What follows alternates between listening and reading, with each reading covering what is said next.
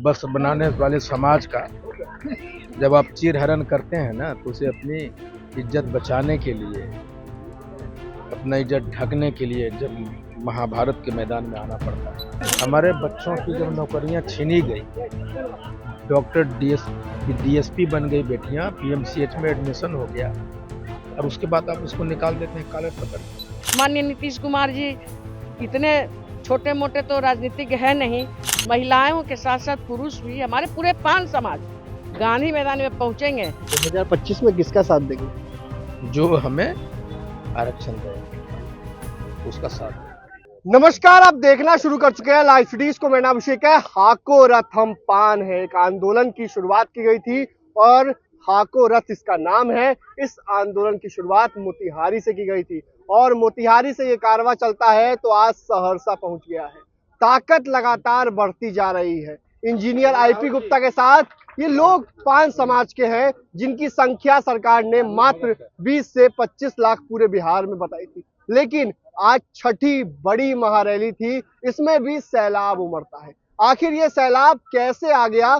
और 6 महा बड़ी रैलियां आपने कर दी, बड़े बड़े दिग्गजों भी लगातार बड़ी, इतनी महारैलियां सिर्फ चुनावों के वक्त होती है, ऐसे महारैलियां असंभव है, लेकिन आपने कैसे कर दिया? कहां से, कौन आपका साथ दे रहा है? अकेले आईपी गुप्ता कैसे कर लिए? जमुई का लड़का कैसे कर लिया? देखिए, जिस समाज को बस बनाने वाले समाज का जब आप चीरहरण करते हैं ना, तो उसे अपनी इज्जत बचाने के लिए, अपना इज्जत ढकने के लिए जब महाभारत के मैदान में आना पड़ता है। और वही जो सरकार ने उसका चीरहरण किया है, उसके खिलाफ में आक्रोश के रूप में आप हर एक जगह आप देख रहे हैं कि आक्रोश है। ये भीड़ नहीं, ये जन आक्रोश है जो बढ़ता चला जा रहा है। लेकिन चुनावों के वक्त ये रैलियां देखने को मिलती हैं। आपके समाज का लोग एकजुट कैसे हो गया? कैसे आपने क्या किया गांव-गांव? क्योंकि आप रात में जा रहे हैं, दिन में जा रहे हैं, 24 घंटा गांव में रह रहे हैं, क्या अंदर में क्या आप बता रहे हैं, क्या सिखा रहे हैं? देखिए, मैं सिर्फ ये उनको बताने की कोशिश कर रहा हूँ कि तुम जरा सोचो कि 78 बरस में अगर तुम्हें हाशिए पे रखा सभी सरकारों ने, सुप्रीम कोर्ट ने, तो ऐसा क्या था?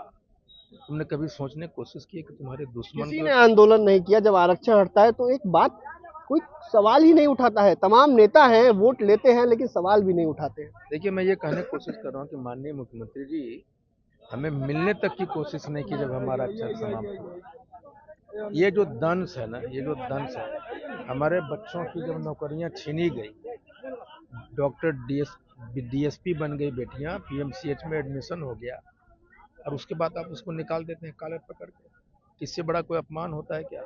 एक बच्चा, प्रकृति को नियम बदला है नीतीश कुमार जी ने कि एक बच्चा जब 2015 में अनुसूचित जाति जाके पैदा हुआ और 2012 अगस्त 2024 12 अगस्त को अनुसूचित जाति से हट के अति पिछड़ा बन जाता।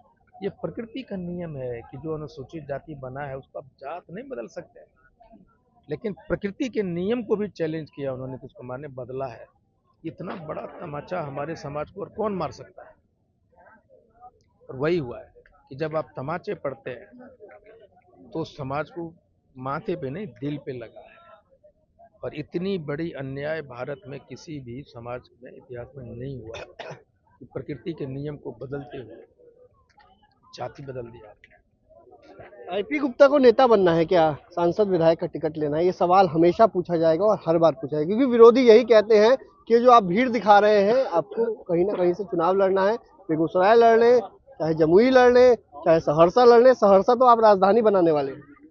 देखिए, मैं नेता इसलिए बनना चाहता हूँ, मुझे अपने लोगों को नेता बनाना है, अपने समाज के लोगों को सत्ता में हिस्सेदारी दिलानी है, और इसीलिए मैं नेता बनना चाहता हूँ और बनाना चाहता हूँ। और ये आंदोलन के साथ साथ एक प्रक्रिया भी है कि अपने लोगों को राजनीति करना सिखा रहा है। नीतीश कुमार अगर इस पर कोई फैसला लेते हैं तो क्या रहेगा आपका?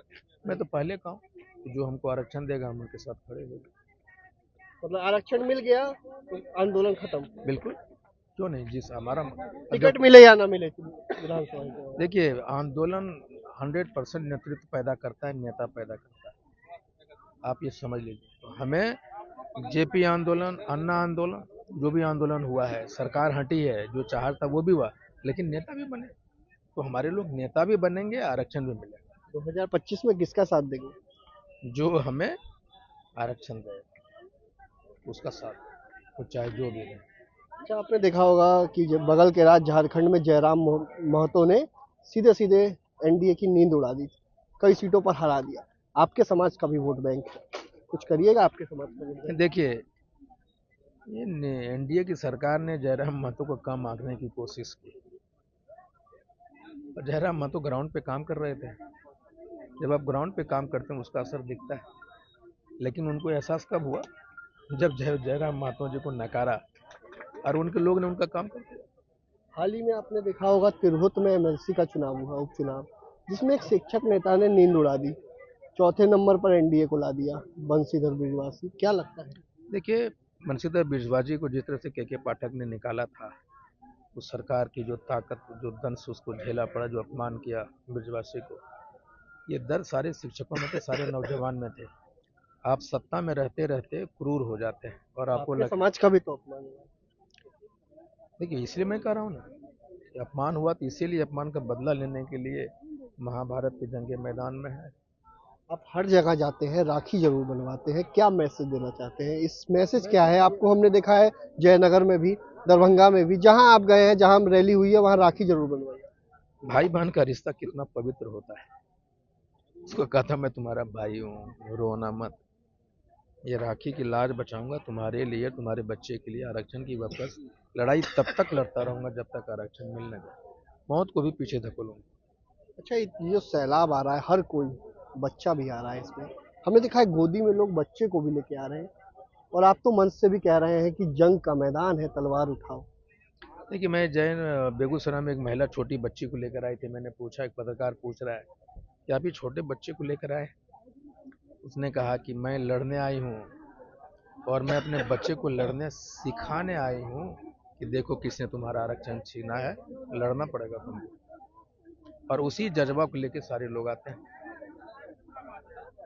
कुछ भी हो, लड़ाई जारी रहेगी। बिल्कुल जारी, जब तक जारी है जब तक आरक्षण मिलने जाता है। हमारे साथ महिला मोर्चा की राष्ट्रीय अध्यक्ष हीरामणि ताती हैं। महिलाओं की संख्या पुरुषों से कहीं कहीं अधिक भी दिखाई दे रही है, महिलाएं बड़ी संख्या में हैं, बाल बच्चों को लेकर आ गई हैं, कैसे आ गई?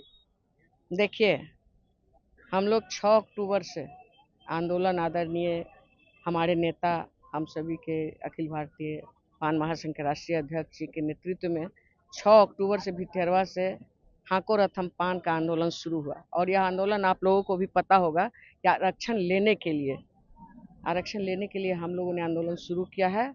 और उसी समय से हम लोग पूरे 38 जिला में जो 11 रैलियां होगी, उसके लिए हम लोग गांव-गांव, घर-घर घूम रहे हैं और घूम करके महिलाओं में जागृति ला रहे हैं। उनके अंदर भी एक आरक्षण जाने का टीस है, कशिश है, दर्द है।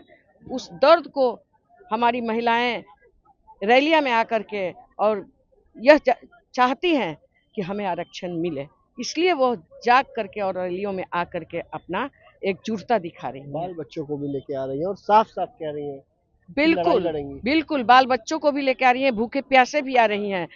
वो आज नहीं आएंगी बच्चों को लेकर के, तो बच्चा फिर भविष्य में देखेगा कैसे कि हम भी पान समाज के बच्चा हैं। और जब हमारी माँ जाती थी रैली में, तो मैं भी अपनी हक के लिए रैलियां में जाऊंगी, मैदान में जाएंगी इतनी महिलाएं। आप तो अभी ये तो शुरुआत है, आप देखेंगे अभी ये 6ठा रैली है। और जब हमारा गांधी मैदान में होगा ना, तो देखिएगा कि हमारी महिलाओं की संख्या गांधी मैदान में कौन संभालेगा? परिवार कौन संभालेगा? भैया अगर मान लीजिए एक परिवार में 5 सदस्य हैं, घर कौन संभालेगा? घर बात बता रहे हैं, 5 सदस्य हैं, तो उसमें से एक आदमी रहेगा, 4 जाएगा। लेकिन सब लोग जो हम देख रहे हैं, पूरा परिवार ही आ जा रहा है। देखिए, सबके अंदर जो दर्द है उसके लिए तो जाएगा ही जाएगा। आरक्षण लेना है तो आरक्षण लेने के लिए गांधी मैदान को भरना भी जरूरी है। माननीय नीतीश कुमार जी इतने छोटे मोटे तो राजनीतिज्ञ है नहीं, उनका कब पलड़ा किधर बदल जाए, कब उनकी मानसिक चेतना इधर से उधर हो जाती है, ये सब कोई पूरा बिहार जानता है। इसलिए हमारे महिलाओं के साथ साथ पुरुष भी, हमारे पूरे पान समाज गांधी मैदान में पहुंचेंगे, बच्चों को लेकर के, जो बच्चा को लेकर जाने लायक होंगी बच्चों को लेकर के जाएंगे, जो पूरे परिवार जाने लायक होंगे पूरे परिवार जाएंगे, और अगर पूरे परिवार नहीं जाएंगे तो 5 में से 4 सदस्य जरूर जाएंगे गांधी मैदान में। सहरसा से ऐलान कर दिया है और साफ साफ कहा है, अगर आरक्षण नहीं मिलता है और अगर हमें कम आंकने की बात कही गई तो एनडीए को झारखंड वाली स्थिति भी याद दिला देंगे। और कई बातों को कहा है, मंच से भी इन्होंने साफ साफ तलवार उठाने की बात कही है। जंग का मैदान है, तलवार उठाइए, लड़ाई खुद लड़नी होगी और एक साथ होकर लड़िए ताकि सरकार को पता चल सके, इस अपमान का बदला लिया जा सके। बने रहिए लाइव के साथ।